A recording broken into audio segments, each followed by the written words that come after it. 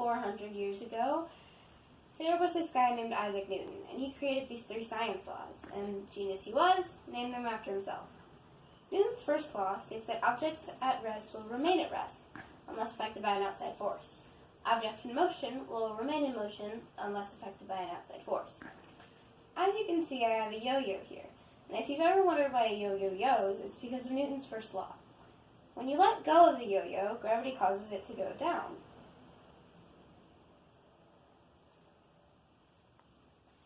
It starts spinning because the string is tied in a loop around the yo-yo's axle, which you can see in an illustration here. And as it gets to the bottom, it's spinning fast, and because of inertia, it wants to keep spinning. When the string runs out, the axle keeps spinning, causing the string to wrap back around the other way, which is why it returns to your hand. You can also tug on the yo-yo when it gets to the bottom, resulting in a string that is wrapped around the axle to cause friction, which will bring the yo-yo up faster.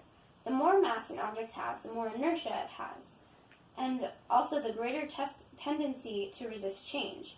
Therefore, a heavier yo-yo will require a greater tug to bring it up at the same speed as a lighter yo-yo, and that basically is inertia. When we have Newton's second law, force equals mass times acceleration, we can represent that with a bowl.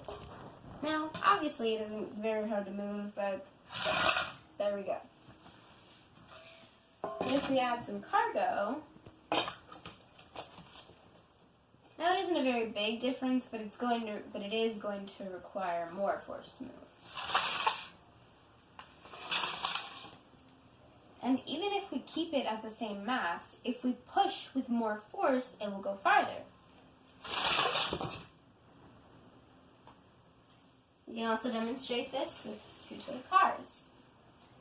If we try to see which car will go farther when using the same amount of force,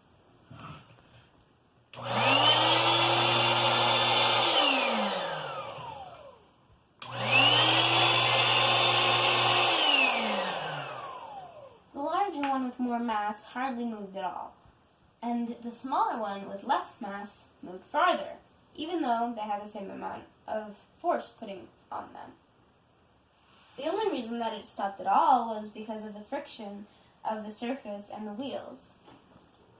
Using the same amount of force on 2 different masses will result in the smaller one with less mass going farther because it requires less force to move. Newton's third law states that for every action there is an equal and opposite reaction. If we have a pogo stick and we push it down, it will come back up at us. As we can see in this diagram here, when you push down on the pogo stick, you're going back up with the same amount of force. The equal is the amount of force that it is moving with, and the opposite is the direction that it is moving in. We can also see this when we blow up a balloon.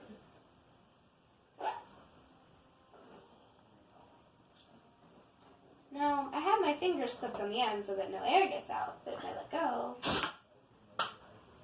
it goes upward because the air was being pushed downward. Again, the equal is the amount of force, and the opposite is the direction that the force is being pushed. That, my friends, is Newton's laws.